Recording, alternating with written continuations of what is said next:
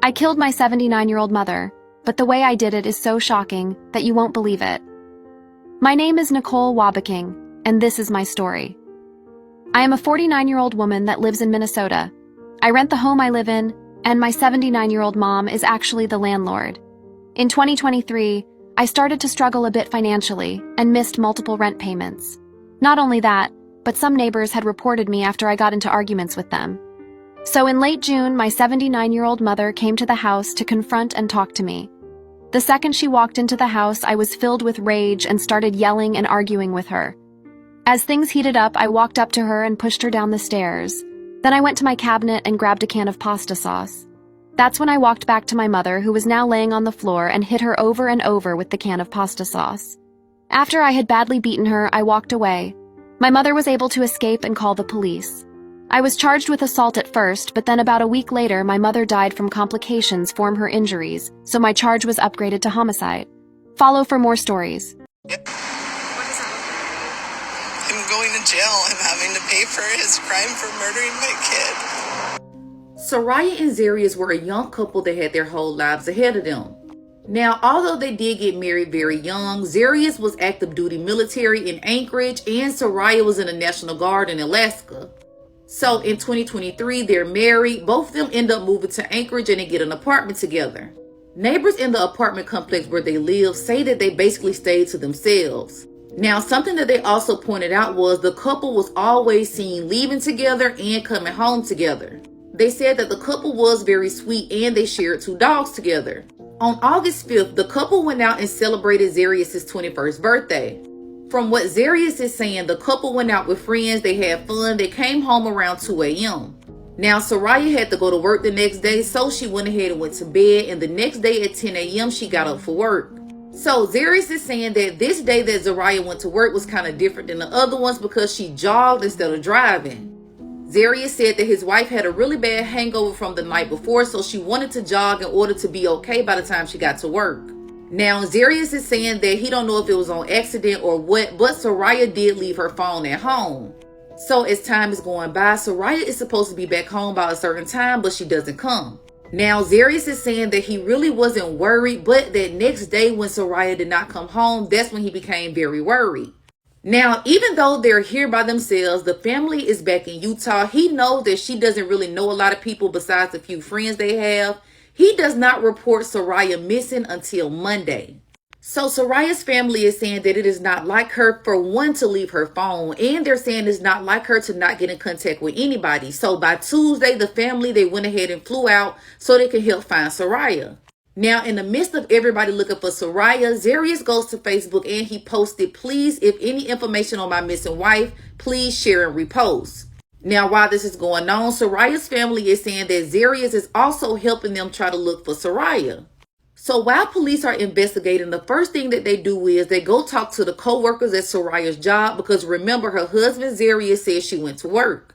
Now, when police talked to the co-workers told police that no, Soraya did not come to work that day. She actually texted us and she called in around 10:45 a.m. Now, this is contradicting what Zarius said because remember, Zarius said that Soraya left her phone at home and she left at 10 a.m. So who could have been the one that called Soraya's job and told them that she wasn't coming in? So that was very suspicious to police, but they went ahead and talked to these friends that they went out with for Zarius' birthday that Friday. Now, the friends told police that we're quite sure that Soraya did not go to work that next day because Soraya was drinking and she had already told everyone she was calling out. The friends told police that they are almost certain that this girl did not go to work. So why is Zarius telling police that Soraya went to work?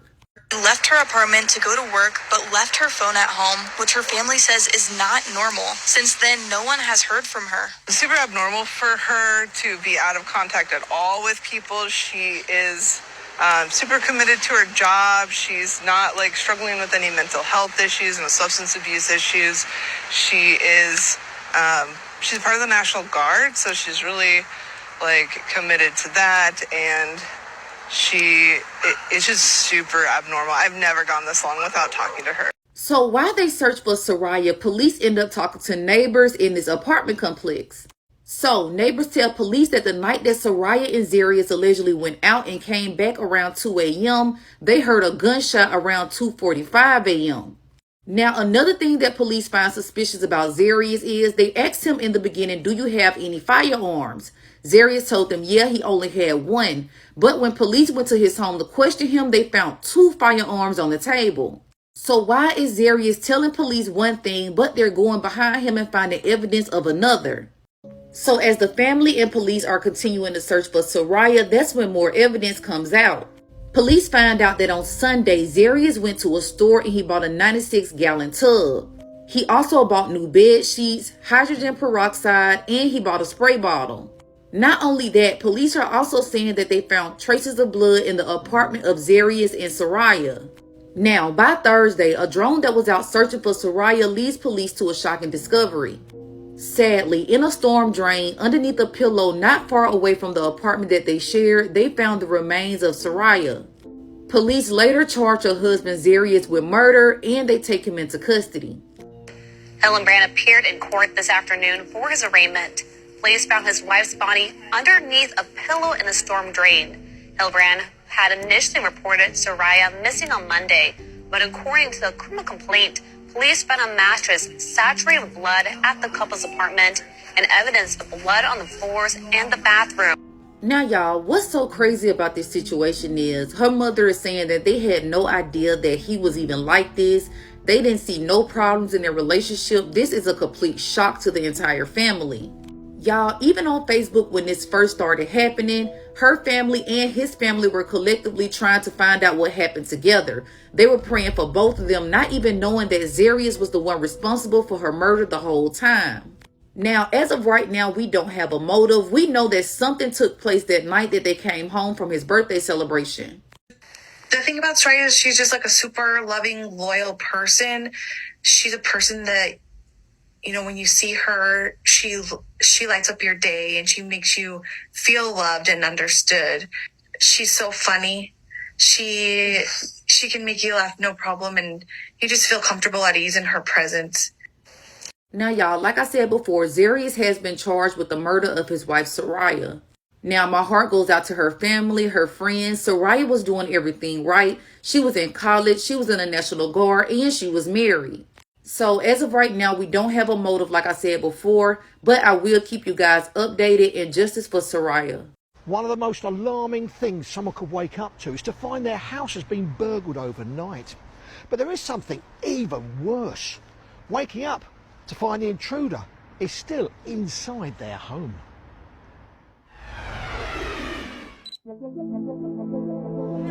Careful. Debs lives in Greater Manchester and her house is certainly a full one. I live with my husband, 2 children, got another one on the way. We have 3 Labradors and a rabbit. Everything's all go in this house. The family house has nearly as many cameras as mouths to feed. This is thanks to Deb's husband Sean, who works in electronics, bringing his work home. He tends to like messing about with electrics, and he likes to mess about with cameras by just adding to them and creating more and more around the house. I think he's a bit of a geek, really. They were installed for extra security, but for a long while the cameras never caught anything concerning.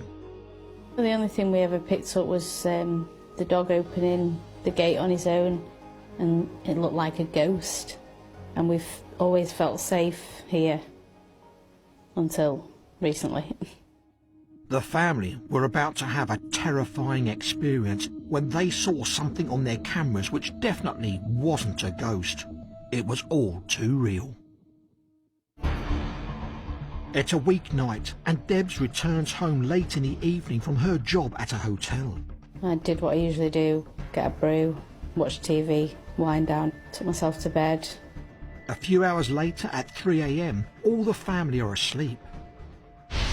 But their multiple CCTV cameras are running. A white car drives past the front of the house.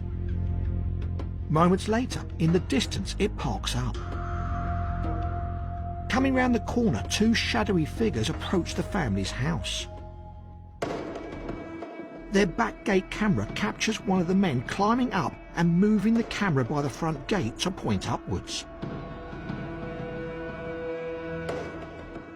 They've obviously spotted the back gate camera as well. A camera in the garden films them as they disable that too. The two men drop into the family's backyard. While one keeps lookout, the other one goes round to the kitchen side door. The family have an internal camera inside the hallway. Their pet rabbit can be seen moving around its cage. Soon, it has unwanted company. While the family sleep upstairs, the intruder starts creeping around the house searching.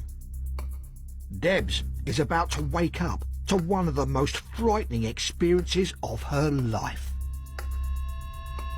Woke up with Sean telling me he could hear someone.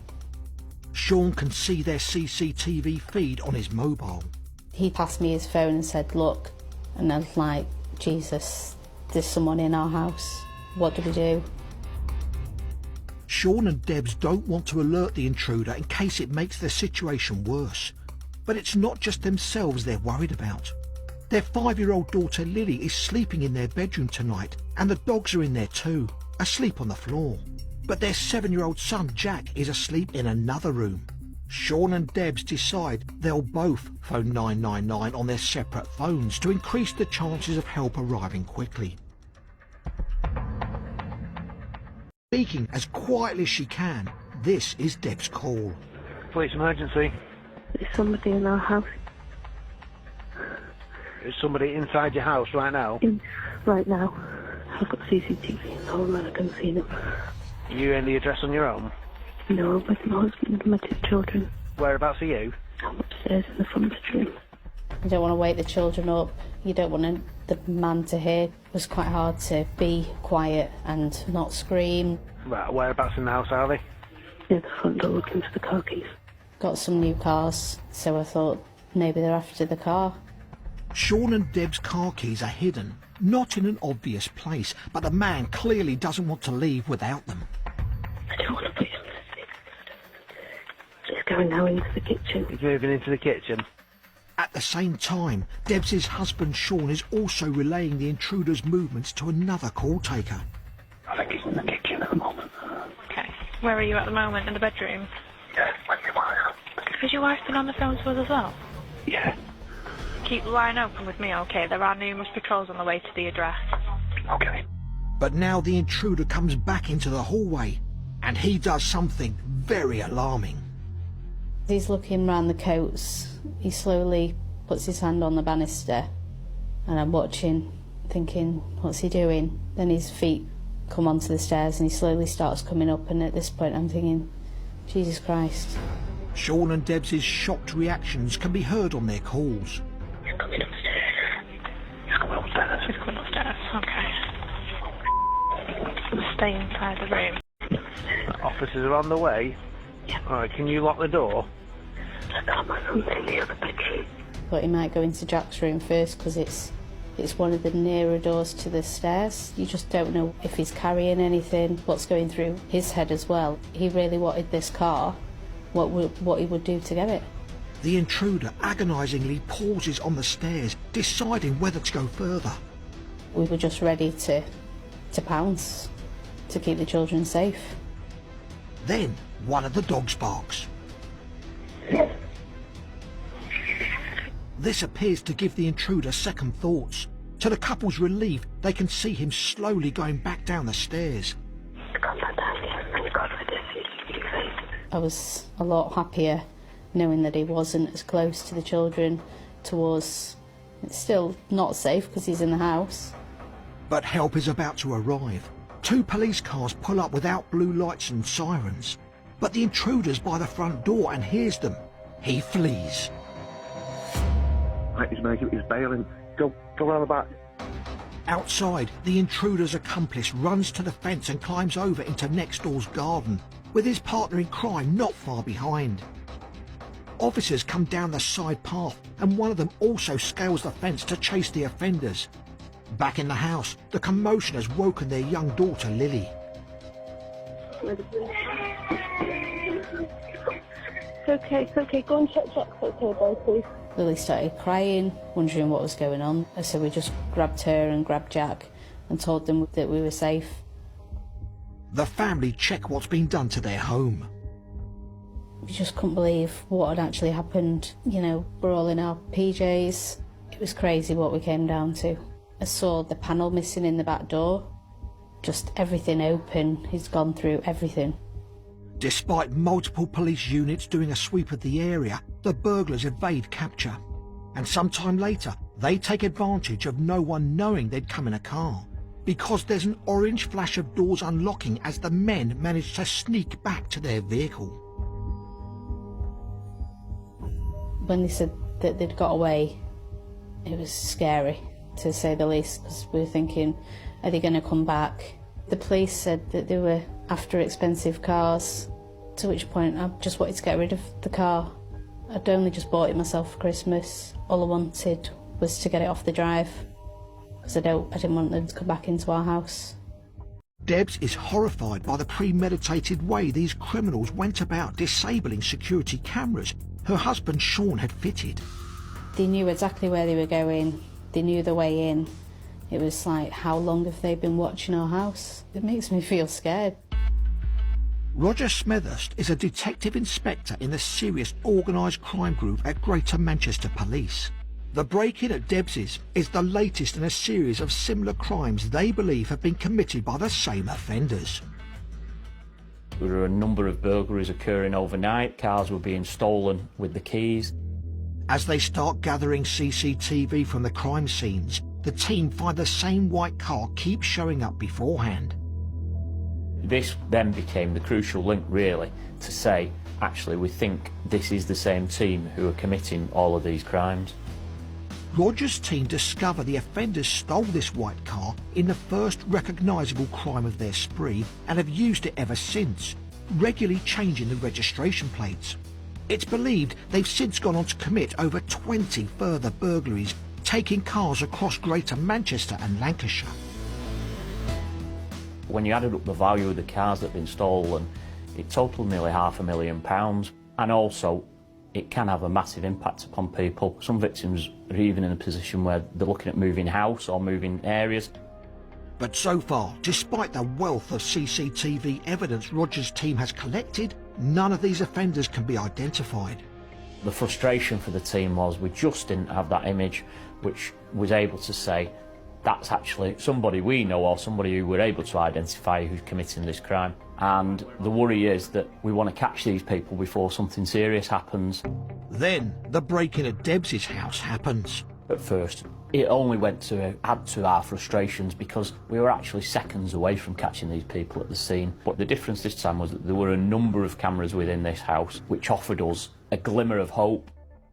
And despite this burglar's attempt to disable some of the cameras and cover his face, Roger's team are excited to discover he has let his guard slip, especially when just before moving one of the cameras, he's briefly captured looking up at it. A split-second mistake, and the shot Roger's team has been hoping for. For the first time, we had an actual clear facial image, and it only took 1 or 2 officers to have a look at the footage before we had an identification of who this lad was and where he was believed to be living. That was the breakthrough we needed. They don't immediately move on the 29-year-old suspect, as they want the evidence to prove he's responsible for the other burglaries as well. While the investigation has been going on, members of the team have also been studying traffic cameras to log the routes taken by the white car the gang are using. That overall work helped us to narrow down an area of Manchester where we thought the car was being parked up and left in between the offences. They have a mobile number listed for the suspect they've identified, so they ask the phone company for details of who he's been calling. One number stands out. It's registered to an address in the same area where they are already looking for the car. We had an amazing find, because at the side of the house that the phone was connected to was a yard with a brick wall, and when we looked into that yard, parked there was a white saloon vehicle, and this suddenly gave everybody a real adrenaline rush that we might actually be able to get all of this gang in one opportunity. Roger reckons it won't be long before the gang attempt their next offence, so he sets up a surveillance team to watch the white car and another team to follow the main suspect they've identified. And soon after the surveillance starts, that suspect's on the move but is picked up by somebody else in a van. Police follow in an unmarked car with the officer driving wearing a body-worn camera for evidence. Roger's coordinating the operation from a police control room when he hears the main suspect and his companion have stopped at another address. And then I'm being told they're coming out carrying a bag. And the people who are watching them are saying, this bag's heavy. And going through my mind is it something they're going to use to go and commit the crimes? And sure enough, the men next drive to the address where the white car is parked. Getting out, they wait for a while outside the wall of the yard. I need them in that yard. I need them with the car. And then the two men suddenly climb over the wall. It's time. Roger gives the order for his team to go in. The officer driving rams the gates of the yard, pulling up behind the white car so it can't escape. The suspects try to flee, but they're surrounded. We've got the two people arrested. It's the investigation of the offence you're concerned with.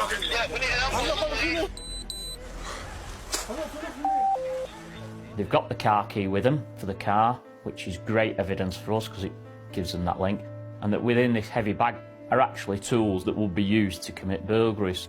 And some of the clothing that these people were wearing was matching some of the stuff that the officers had seen on CCTV.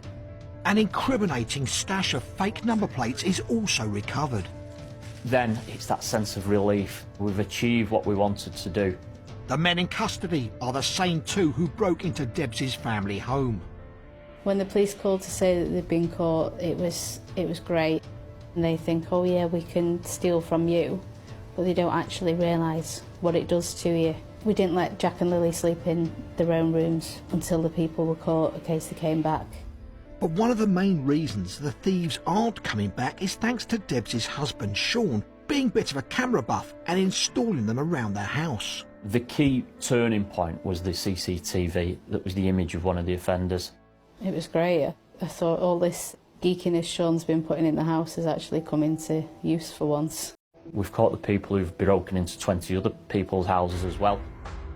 That's not all. Data from the two captured suspects' phones means Roger's team are also able to identify and arrest the third gang member seen at some of the offences. In court, the 31-year-old third offender pleaded guilty to conspiracy to commit burglary and received a sentence of 7 years and 6 months. The other two, 27 and 29-year-old offenders, pleaded guilty to the same charge and were each given 8 years and 3 months in prison.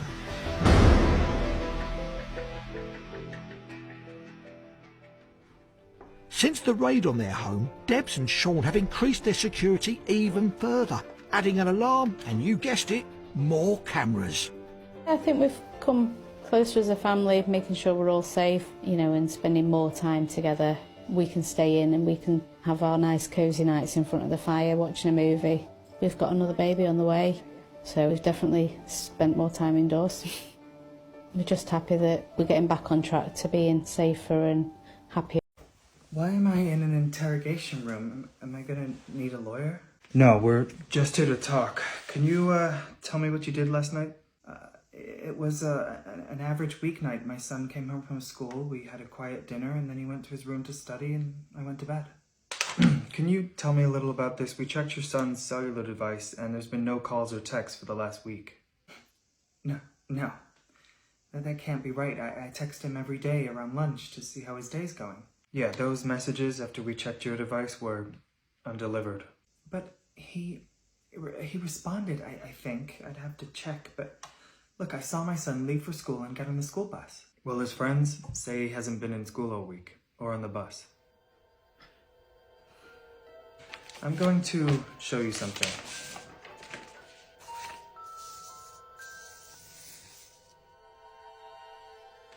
These CCTV stills were taken on Wednesday at 2 a.m. by the woods. Can you tell me anything about them?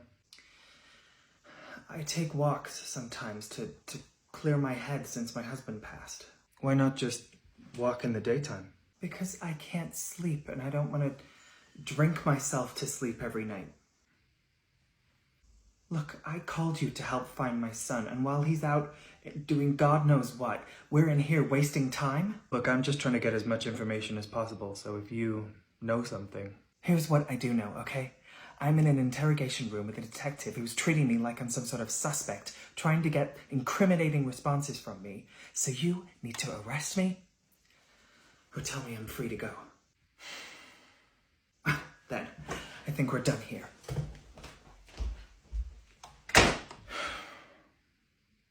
Some discovery police say a mother found the body of a woman wrapped in plastic inside her son's room.